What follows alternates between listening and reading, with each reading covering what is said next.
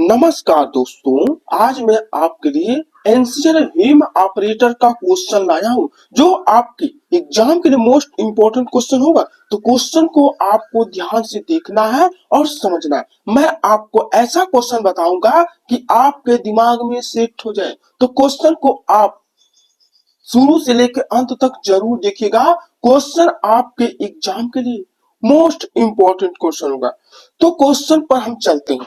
तो देखिए, क्वेश्चन पर चलने से पहले मैं आपको एक जानकारी देना चाहता हूं कि कोई भी वस्तु हो या कोई भी सामान हो या कोई भी काम हो, उसको शुरू करने से पहले एक नाम दिया जाता है। समझिएगा, एक नाम दिया जाता है कि हमें करना क्या है। जब आपको पता होगा कि हमें खाना खाना है तो आप सोचेंगे ना कि खाना खाने में क्या हो सकता है। सब्जी रोटी भी हो सकता है, दाल चावल भी हो सकता है, गुलाब जामुन भी हो सकता है, कुछ भी हो सकता है।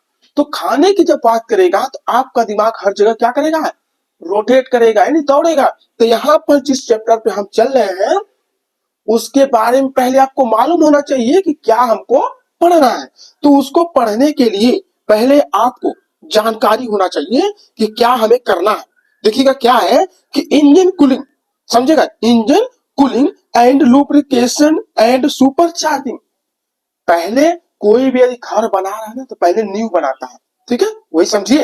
तो क्या है आपका इंजन, क्या है कूलिंग, क्या है लुब्रिकेशन, क्या है सुपर चार्जिंग, क्या है। तो मैं आज आपको पूरी डिटेल से बताऊंगा कि देखिए इंजन क्या होता है और इंजन कूलिंग क्या होता है, ठीक है। यानी इंजन चलते समय बहुत गर्म होता है, ठीक है। गर्म ना हो इसके लिए क्या होता है, कभी आप देखे होंगे कि कोई मोटर है उसमें पीछे क्या लगाता है, पंखी लगा रहता है, जिससे क्या करते हैं कि मोटर को ठंडा करते हैं, ठीक है। तो कूलिंग का मतलब क्या है, आपका मोटर को ठंडा रखना है, यानी इंजन को ठंडा रखना है। उसे ठंडा रखने की प्रक्रिया को हम कूलिंग कहते हैं। यानी इंजन जब चलेगा यानी गर्म होगा, तो कूलिंग का मतलब क्या, हम फैन लगाए हैं तो मोटर क्या होगी या फिर इंजन क्या होगी, ठंडा होगी, ठीक है। यानी ओवरहीट ना हो सके, ठीक। चलिए, अब लुब्रिकेशन क्या होता है, देखिए मैं आपको डिटेल से बताऊंगा। लुब्रिकेशन जैसे देखिए कोई ट्रांसफार्मर है, समझेगा, कोई ट्रांसफार्मर है उसमें हम तेल डालते हैं। क्यों डालते थे, क्यों, क्योंकि उसकी इंसुलेशन खराब ना हो और इंसुलेशन को क्या करे, ठंडा रखे। जब ट्रांसफार्मर चलता है तो क्या होता है, गर्म हो जाता है। ये सब क्वेश्चन इंपॉर्टेंट है, ठीक है, क्वेश्चन इंपॉर्टेंट है। तो समझिए, जब ट्रांसफार्मर गर्म होगा उसमें यदि तेल डाले रहेंगे तो क्या होगा, इंसुलेशन भी ठंडा होगा और ट्रांसफार्मर ओवरहीट भी नहीं होगा। जब ट्रांसफार्मर गर्म होता है ना तो तेल ओवरहीट होता है, यानी दूध की तरह खौलने लगता है। तो बगल में आप देखे होंगे कि कूलिंग पत्ती टाइप का लगा होता है, जिसमें क्या होता है, बूंद बूंद करके चूता है, जिससे क्या होता है कि वो ठंडा हो जाता है, ठीक है। तो ट्रांसफार्मर में आपको डिटेल बाद दे दूंगा अच्छी तरह से। तो यहाँ पर क्या बोला है कि इंजन, इंजन में आप सुने होंगे कि इंजन में ऑयल नहीं है या मोबिल नहीं है। तो जब हम इंजन में मोबिल या ऑयल नहीं डालेंगे तो जो उसके पार्ट है यदि चलेंगे तो क्या होंगे, घिसेंगे, यानी आपस में क्या करेंगे, रगड़ेंगे, ठीक है। तो यहाँ पर रगड़ना नहीं है, इसलिए मोबिल या ऑयल की कमी नहीं करते हैं, डाल देते हैं ताकि मोटर या इंजन चलती रहे, अपनी स्थिति में चलती रहे और क्या हो कि वो घिसे न, मतलब घसटा ना हो, यानी घर्षण ना हो, जिससे क्या हो कि पार्ट उसके खराब ना हो। कहने का मतलब ये, ठीक है। अब देखिए सुपर चार्जिंग क्या होता है कि इंजन में ज्यादा दबाव वाली, सुपर चार्जिंग मतलब क्या होता है कि इंजन में ज्यादा दबाव वाली भोजन ताकि ईंधन जले और इंजन ताकत बढ़े। कहने का मतलब क्या है कि सबसे ज्यादा कोई भी चीज हो उसे ऑक्सीजन की जरूरत है, यानी आप हवा उसको अच्छा देंगे। कोई भी गाड़ी है उसको हम, या इंजन है उसे हम ऑक्सीजन भरपूर देंगे, यानी हवा भरपूर देंगे, तो क्या करेगी, अच्छी तरह से चलेगी, इसकी पावर बढ़ जाएगी, ठीक है। और हवा ज्यादा होगा और ईंधन भी ज्यादा होगा तो हम लोड देंगे, उस पर लोड देंगे तो क्या करेगी, अच्छी तरह से वर्क करेगी, ठीक है। तो चलिए क्वेश्चन पे चलते हैं। मैं आपको बहुत अच्छी तरह से समझा दिया हूं कि मतलब क्या है, क्वेश्चन में पूछता है। देखिए पहला नंबर क्वेश्चन क्या है, आप लोग देखिएगा। अभी अधिभरण यानी सुपर चार्जिंग क्या, मैं आपको समझा दिया हूं कि supply the intake of an engine with air at a density greater than the density of the surrounding atmosphere, यानी ऑप्शन नंबर ए आपका सही हो जाएगा। आप लोग समझ गए होंगे कि क्वेश्चन को कैसे सॉल्व करना है, ठीक है। तो आपको इसको समझना है, ठीक। चलिए आगे अगला क्वेश्चन पर चलते हैं। देखिए क्या है क्वेश्चन, ध्यान से देखिएगा कि एयर कूल्ड इंजन के लाभ क्या है। एयर कूल्ड मतलब क्या, आपका कूलिंग, कूलिंग बोल रहा है। कूल्ड का मतलब क्या, उसे हमें क्या लाभ है। यदि हम कोई भी इंजन चल रहा है इसमें हम यदि फैन लगा दे और जब हीट होगा तो क्या होगा, जब हीट होगा तो फैन चलेगा, जब फैन चलेगा तो इंजन क्या होगी, ठंडा होगी, तो ओवरहीट नहीं होगा, खराब नहीं होगा। तो इसका मतलब क्या है आपका, यानी सभी के सभी हो जाएंगे, ये हल्के होते हैं, ठीक है, इसमें लीकेज नहीं होगी और एंटी फ्रेज की आवश्यकता भी नहीं होगी और सभी सही हो जाएंगे। एयर कूल मतलब क्या होगा, वो ठंडा रखेगा, कहने का मतलब यार समझिएगा, ठीक है। चलिए आगे देखते हैं कि प्रति हार्स पावर पर फिंस की सतह का क्षेत्रफल होना चाहिए, तो क्या होगा आपका 1400 से 2400 सेंटीमीटर स्क्वायर होता है, ठीक है। चलिए आगे देखते हैं कि सिलेंडर का सही कार्यकारी तापक्रम क्या होता है, तो आपका क्या हो जाएगा, यानी 50 डिग्री से 70 डिग्री हो जाएगा। अगला देखते हैं कि इंजन रेडिएटर में ताप का संचरण किसके द्वारा होता है। देखिए आप किसी फोर व्हीलर में या किसी बड़े वाहन में देखे होंगे कि रेडिएटर लगाता है तो गर्म हो जाता है, उसमें क्या कहते हैं, कूलिंग है, मतलब कहने का मतलब उसमें क्या कहते हैं, पानी डालते हैं, पानी से भी ठंडा किया जाता है, तो क्या हो जाएगा, इसका संवहन हो जाएगा, क्या हो जाएगा, संवहन हो जाएगा। चलिए आगे देखते हैं कि वाटर कूलिंग सिस्टम में थर्मोस्टेट वाल्व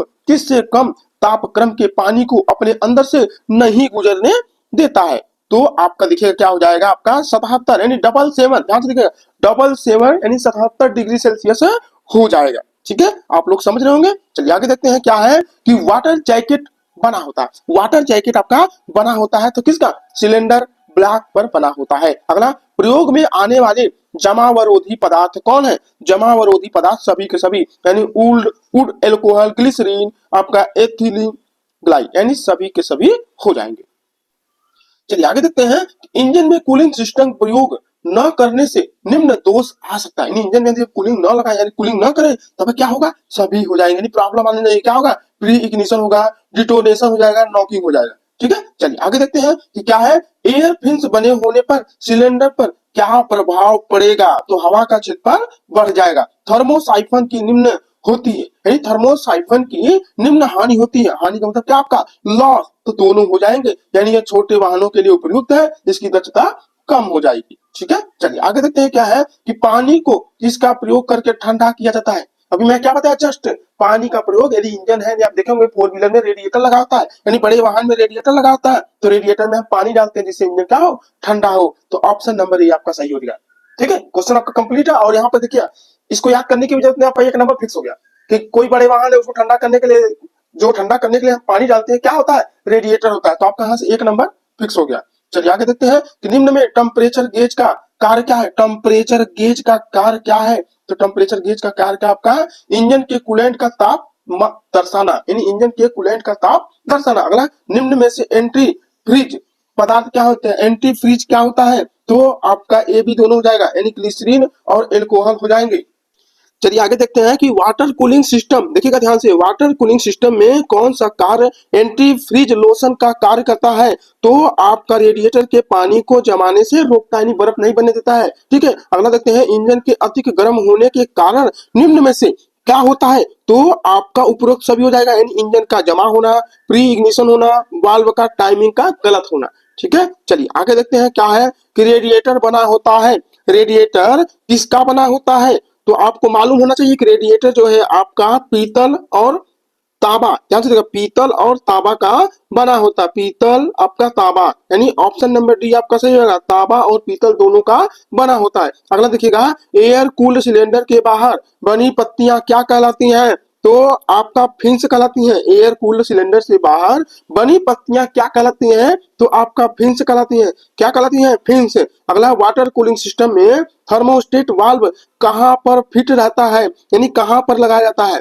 तो वाटर आउटलेट में लगाया जाता है। जैसे आप कभी गीजर देखे होंगे ना, उसमें भी थर्मोस्टेट लगा रहता है, ठीक है। थर्मोस्टेट का क्या कार्य है कि जैसे ओवर हीट होगा, यानी पानी ज्यादा गर्म हो जाएगा तो क्या करेगा, ट्रिप करवा देगा, तो कहने का मतलब है कि वाटर कूलिंग सिस्टम में थर्मोस्टेट वाल्व कहां पर लगाया था, तो वाटर के आउटलेट पे लगता है, आउटलेट में हमेशा लगता है, ठीक है। चलिए आगे देखते हैं क्या है क्वेश्चन कि रेडिएटर साफ करने के लिए किस विधि का प्रयोग किया जाता है, तो आपका रिवर्स फ्लशिंग का प्रयोग किया था, किसका, रिवर्स फ्लशिंग का। देखिएगा अगला नंबर क्वेश्चन क्या है कि किस साधन में एयर कूल्ड इंजन का प्रयोग करना गलत है, यानी कौन सा ऐसा इंजन है जिसमें फैन कुछ भी लगाने की जरूरत नहीं है, तो मैं आपको बता दूं कि पानी खींचने में प्रयुक्त पंप हो जाएगा। देखिए जिसमें पानी की व्यवस्था होगी, पंप लगा होगा, उसमें आपको फैन लगाने की जरूरत बिल्कुल नहीं है क्योंकि वो खुद ठंडा हो रहा है, ठीक है। चलिए आगे, निम्न में से कौन थर्मोस्टेट वाल्व का कार्य करता है, थर्मोस्टेट वाल्व का कार्य कौन करता है, तो रेडिएटर के जल के ताप को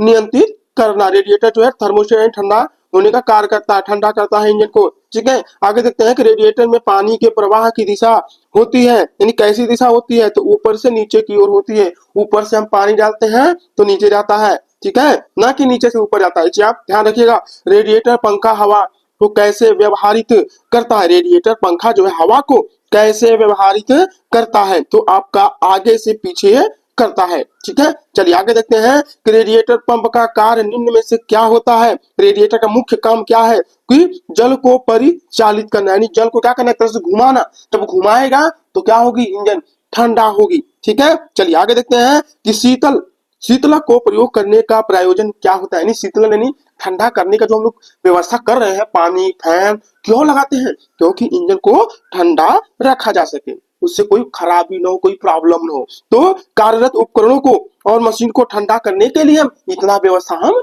करना हमें पड़ता है। यदि आप न करें और इंजन में यदि मोबिल या फिर आप लुब्रिकेशन या ऑयल न डालें तो उससे हमारी खराबी हो सकती है, खराब पार्ट जो उनके खराब हो सकते हैं। कूलिंग न करें तो इंजन खराब हो सकता है, जैसे कोई मोटर है जल सकता है। ठीक है, तो इसलिए इतना व्यवस्था करना पड़ता है। ठीक है, चलिए आगे देखिए, आप समझ रहे होंगे क्वेश्चन को। यदि वीडियो आपको अच्छी लगे तो हमारी वीडियो को आप लाइक सब्सक्राइब और अपने दोस्तों में शेयर करना बिल्कुल मत भूलिएगा। यदि आप इस वीडियो को शेयर करते हैं, अपने फ्रेंड या दोस्त को शेयर करते हैं, तो उनका भी भविष्य बन सकता है।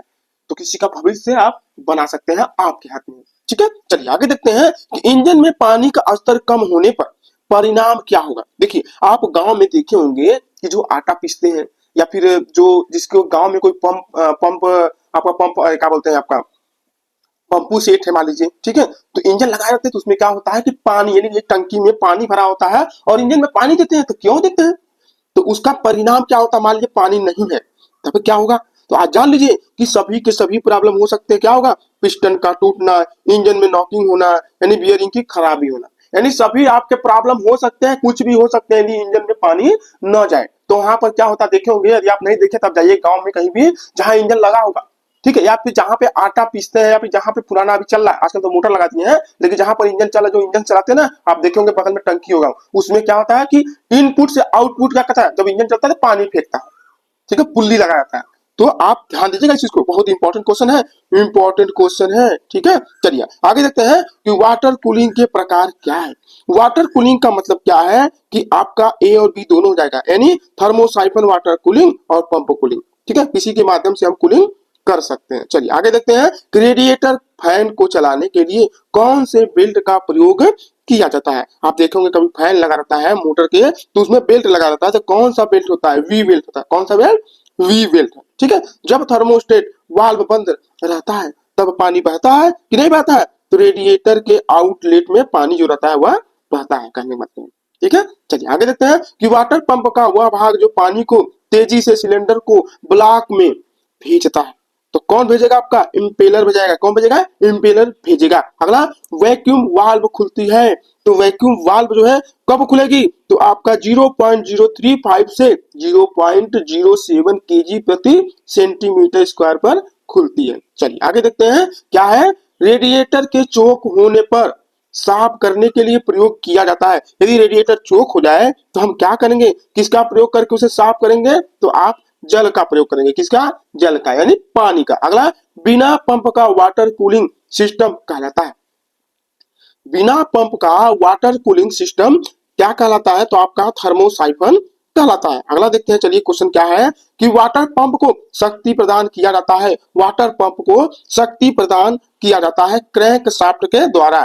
ठीक है, वाटर पंप को क्रैंक शाफ्ट के माध्यम से हम क्या करते हैं, चलाते हैं, तो उन्हें शक्ति प्रदान होती है। अगला, वाटर कूलिंग में रेडिएटर के पाइप ठंडे होते हैं। वाटर कूलिंग में रेडिएटर के पाइप ठंडे होते हैं, तो क्यों होते हैं, तो हवा के द्वारा ठंडे होते हैं। किसके द्वारा, हवा के द्वारा ठंडे होते हैं। अगला देखते हैं, रेडिएटर फैन को ऊर्जा मिलती है। रेडिएटर फैन को ऊर्जा मिलती है क्रैंक शाफ्ट के माध्यम से ऊर्जा मिलती है। आगे, अंतर्दहन इंजन में स्नेहक यानी लुब्रिकेंट का सर्वाधिक महत्वपूर्ण गुण क्या होता है, तो मैं आपको बता दूं कि यह श्यानता होता है। क्या होता है, श्यानता होता है। चलिए आगे देखते हैं कि इंजन में स्नेहक यानी लुब्रिकेशन का कार्य क्या है। पूरी डिटेल आपको बता दिया हूं कि कार्य क्या है उसका, तो आपका ए और बी दोनों हो जाएगा, यानी स्नेहक और शीतल यानी ठंडा रखना है, सफाई सीलिंग और शोर कम करना है। जब इंजन में लुब्रिकेशन रहेगा यानी ऑयल रहेगा, तो क्या होगा, जो उनके पार्ट चलेंगे ना तो आवाज नहीं करेंगे ना घिसेंगे। यदि वही आप लुब्रिकेशन हटा दिया, यानी तेल निकाल दिया, उसके बाद चालू किए टक टक टक टक टक खट खट करेगा तो आप सोचेंगे क्या आवाज कर रहा है, तो इंजन में आप बोलेंगे कि इंजन में आवाज आ रहा था। क्यों आ रहा? क्योंकि आपके पार्ट डैमेज हो चुके हैं या फिर आपका लुब्रिकेशन यानी ऑयल या मोबिल उसमें नहीं है। ठीक है, समझिएगा। तो आपको समझना है जब इंजन रहता है, इंजन में मोबिल लग रहेगा तो पार्ट क्या होंगे, घिसेंगे भी नहीं और स्मूथ चलेंगे, आराम से चलेंगे। ठीक है, चलिए इंजन के पुर्जे में स्नेहक प्रयोग करना किस चीज को कम करने का उदाहरण है, तो आपका घर्षण। ठीक है, इतना डिटेल आपको बता रहा हूं, आपके दिमाग में सेट हो गया होगा, याद करने की भी जरूरत नहीं है। एक वाहन के लिए यदि एक स्नेहक को शून्य से नीचे तापमान के लिए चयनित किया जाए तो इनमें से किस गुण को प्राथमिकता मिलेगी, तो पोर बिंदु को प्राथमिकता मिलेगी। आगे, स्नेहक प्रणाली में तेल के अधिकतम दबाव का नियंत्रण किसके द्वारा होता है, तो आपका प्रेशर रिलीफ वाल्व के होता है। ठीक है, चलिए आगे देखते हैं क्या है कि एक स्कूटर इंजन की सिलेंडर स्नेहक के लिए कौन सी तकनीक अपनाई जाती है, तो आपका पेट्रोल लुब्रिकेशन अपनाई जाती है। ठीक है, चलिए आगे देखते हैं कि नए चार्ज का प्रयोग करके इंजन के सिलेंडर की जली हुई गैसों को दहन कक्ष से हटाने की प्रक्रिया क्या कहलाती है, तो प्रक्रिया हो जाएगी अपमार्जन यानी स्केवनिंग हो जाएगा। क्या हो जाएगा, स्केवनिंग हो जाएगा। ठीक है, चलिए आगे देखते हैं कि वाहन के इंजन शीतलन के लिए सामान्यतः काम में लाया जाने वाला पंप होता है, तो कौन होगा आपका सेंट्रीफ्यूगल टाइप हो जाएंगे। सेंट्रीफ्यूगल मतलब क्या, आपका एक पंप है जो उसको ठंडा रखता है। ठीक है, वाहन के इंजन शीतलन के लिए ठंडा रखने के लिए सामान्यतः कार में लाया जाने वाला पंप क्या होता है, सेंट्रीफ्यूगल होता है। ठीक है, जैसे कोई एग्जॉस्ट फैन लगा दिया किसी चीज को ठंडा होने के लिए ना, तो आप उसको नाम दे सकते हैं क्या, सेंट्रीफ्यूगल फैन लगा हुआ है, सेंट्रीफ्यूगल पंप लगा हुआ है। ठीक, किसी भी चीज को ठंडा करने के लिए तो कोई फैन लगता है तो आप उसे नाम दे सकते हैं क्या, सेंट्रीफ्यूगल फैन। ठीक है, सेंट्रीफ्यूगल हो जाएगा, ध्यान रखिएगा। पूछ सकता है आपसे कि कोई भी इंजन है यदि कोई फैन लगा दे तो उसे क्या बोला जाएगा, तो आप क्या बताएंगे, सेंट्रीफ्यूगल टाइप या सेंट्रीफ्यूगल फैन, जो आपका ऑप्शन मिलेगा उससे आप चुन लीजिएगा, लेकिन सेंट्रीफ्यूगल ही चुनना है। ठीक है, गलती मत करिएगा। चलिए आगे देखते हैं, रेडिएटर में प्रेशर कैप प्रयोग करने का लाभ क्या होता है, तो लाभ आपका हो जाएगा, क्या हो जाएगा, यह प्रणाली में देखिएगा, यह प्रणाली में निर्वात उत्पन्न होने से रोकती है। अगला देखते हैं कि प्रायः एक कार इंजन कौन सी स्नेहक प्रणाली प्रयोग होती है, तो आपका प्रेशर होता है। क्या होता है, प्रेशर। चलिए आगे देखते हैं कि एक अच्छे स्नेहक में कौन सा गुण होना चाहिए, तो कौन सा गुण अच्छा होना चाहिए, आपका ए और सी हो जाएगा, यानी आपका तापमान में परिवर्तन के साथ श्यानता में न्यूनतम परिवर्तन होना, उसके बाद फ्लैश पॉइंट अधिक होना। ठीक है, अगला, आईसी इंजन में लुब्रिकेंट स्नेहक के रूप में प्रयोग किया जाता है, तो आपका मिनरल ऑयल हो जाएगा। क्या हो जाएगा, मिनरल ऑयल। चलिए आगे लास्ट क्वेश्चन है इस वीडियो का। अगला क्वेश्चन देखिएगा कि इस इंजन में सुपर चार्जिंग की आवश्यकता क्यों है, सुपर चार्जिंग की आवश्यकता क्या है, यह आपका एयरक्राफ्ट इंजन हो जाएगा। क्या हो जाएगा, एयरक्राफ्ट यानी इंजन को ऑक्सीजन की जरूरत है, बिना ऑक्सीजन के इंजन आपका नहीं चल सकता। जितना अच्छा आप ऑक्सीजन देंगे और जितना ज्यादा ईंधन देंगे इंजन क्या होगा, उतनी तेज चलेगी, उतना लोड लेके चलेगा। कहने का मतलब यह आपका पार्ट 3 है, मैं पार्ट 4 अब लाऊंगा। क्वेश्चन आप समझ गए होंगे और पार्ट 1 पार्ट 2 आप देख चुके होंगे, आप समझ चुके होंगे, तो इस क्वेश्चन को भी देखिए और समझिए क्योंकि आपके एग्जाम होने वाले हैं।